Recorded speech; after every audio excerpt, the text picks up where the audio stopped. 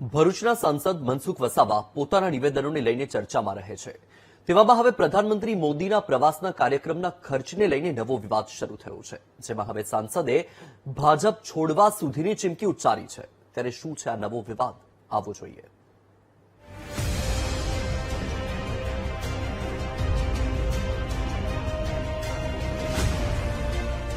હું સાચો છું કે કલેક્ટર સાચો કે ચૈતર વસાવા સાચો છે એ સરકાર નક્કી કરશે। આ મતલબ સરકાર પાસે હું લઈ જઈશ અને સરકાર જો મારી સાથે ન્યાય કરે તો ભારતીય જનતા પાર્ટી છોડી દઈશ।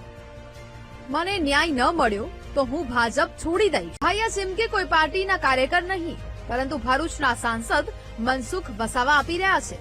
વાત એમ છે કે નર્મદા જિલ્લામાં પ્રધાનમંત્રી મોદીના કાર્યક્રમના હિસાબને લઈને વિવાદ શરૂ થયો છે, જેમાં ભરૂચના સાંસદ મનસુખ વસાવા અને ડેડિયાપાડાના ધારાસભ્ય ચેતર વસાવા વચ્ચેના આક્ષેપ પ્રત્યાક્ષેપે નર્મદાના રાજકારણમાં ખળભળાટ મચાવી દીધો છે। સાંસદે ધારાસભ્ય પર 75 લાખ રૂપિયાનો તોડ કરવાનો ગંભીર આરોપ લગાવ્યો છે।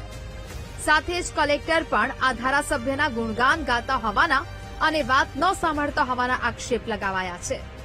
સાચો છું કે કલેક્ટર સાચો કે ચૈતર વસાવા સાચો છે એ સરકાર નક્કી કરશે। આ મતલબ સરકાર પાસે હું લઈ જઈશ અને સરકાર જો મારી સાથે ન્યાય કરે તો ભારતીય જનતા પાર્ટી છોડી દઈશ।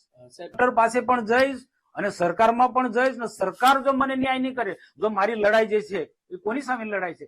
સરકારને છાસવારે ગાળો દે છે, બેફામ ગાળો દે છે, સરકારના મંત્રીઓને ગાળો દે, અધિકારીને ડરાવે છે, ધમકાવે છે, તો આ લોકો વચ્ચે ઉપરાણું લઉં છું તો સરકારના અધિકારી કે સરકારે મારા બાજુ બોલવું છે, મને મદદરૂપ થવું છે।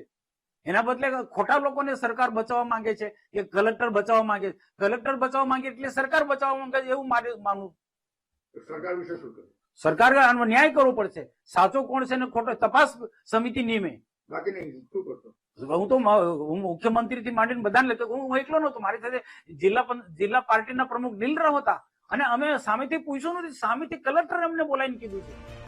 આક્ષેપ એવો છે કે પ્રધાનમંત્રીના કાર્યક્રમના ખર્ચને લઈને ધારાસભ્યએ માર્ગ મકાન વિભાગના અધિકારી પાસેથી 75 લાખ માંગ્યા હતા અને જેની ફરિયાદ અધિકારીએ કલેક્ટરને કરી હોવાનો દાવો થઈ રહ્યો છે, પરંતુ ધારાસભ્ય અને કલેક્ટર આ વાતને ખોટી ગણાવી રહ્યા છે, જેથી હવે સાંસદ ભાજપ છોડવા સુધીની ચીમકી પર ઉતરી આવ્યા।